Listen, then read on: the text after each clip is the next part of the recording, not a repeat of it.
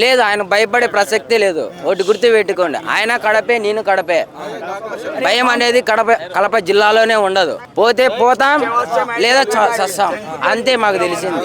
ఇప్పుడు ఆల్రెడీ అధికారంలో పవన్ కళ్యాణ్ ఉన్నారు కదా, ఆయన ఏం చేయకుండా ఎందుకు పుణ్యస్థానాల్లో పోతున్నాడు? ప్లస్ ఏదంటే ఇప్పుడు పథకాలు ఏమీ రావట్లేదు.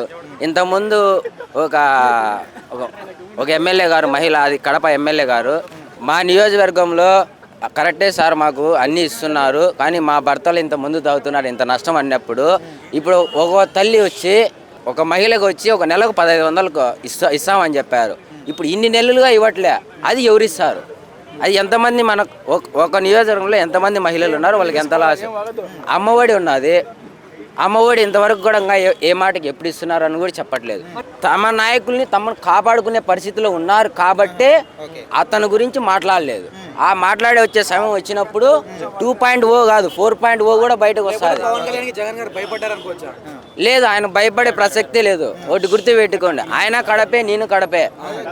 భయం అనేది కడప జిల్లాలోనే ఉండదు. పోతే పోతాం, లేదా చస్తాం, అంతే మాకు తెలిసింది.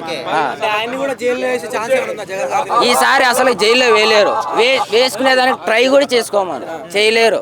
ఆ ప్రయత్నం చేస్తే మళ్ళా 10 ఏళ్ళ పాటు మళ్ళీ జగన్మోహన్ రెడ్డి